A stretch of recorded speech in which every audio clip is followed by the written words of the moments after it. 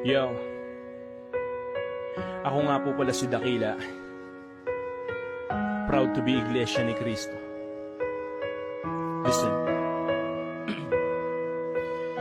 Pasensya na po kayo dahil medyo may sipon po ako. Ginawa ko po itong kanta na dahil gusto ko lang pong ilabas yung tunay na damdamin ko para po sa kinaanibang kong reliyon ngayon. Magustuhan niyo po sana.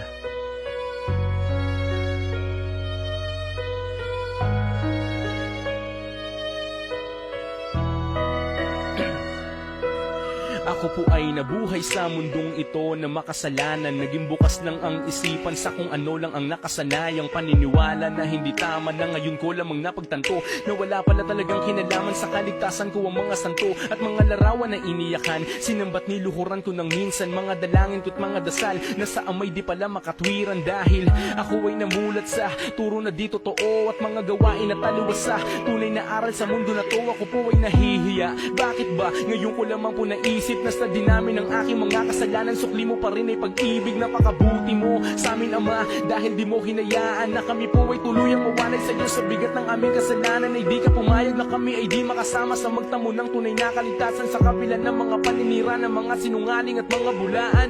Ay di ka lumisan, hinawakan mo ang aming kamay. Pangako po sa tinatag mong iglesia ay di po kami mahihiwalay. Ngayong namulat na at tiyak ng pagkilala sa'yo.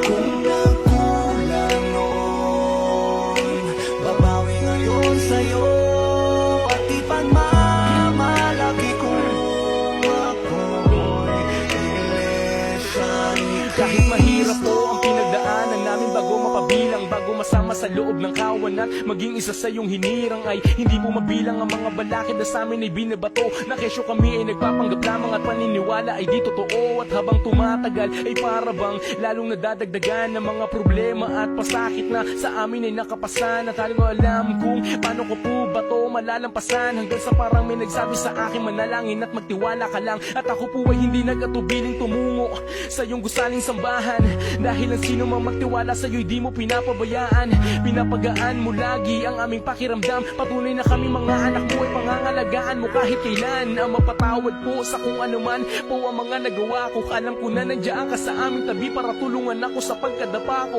Kahit kuminsan parang di na ako makatagal, pero kung kailan kami mas mahina doon mo pinaparamdam ang iyong pagmamahal. Salamat po aming Ama dahil kahit kami ay nagkasala, kami pa rin ang iyong iniisip. Salamat po sa iyong pamamahalan na nagmamalasakit sa amin at palagi pong nakagabay. Pangako po sa tinatag mong iglesia ay di po kami mahihiwalay. Ngayong namulat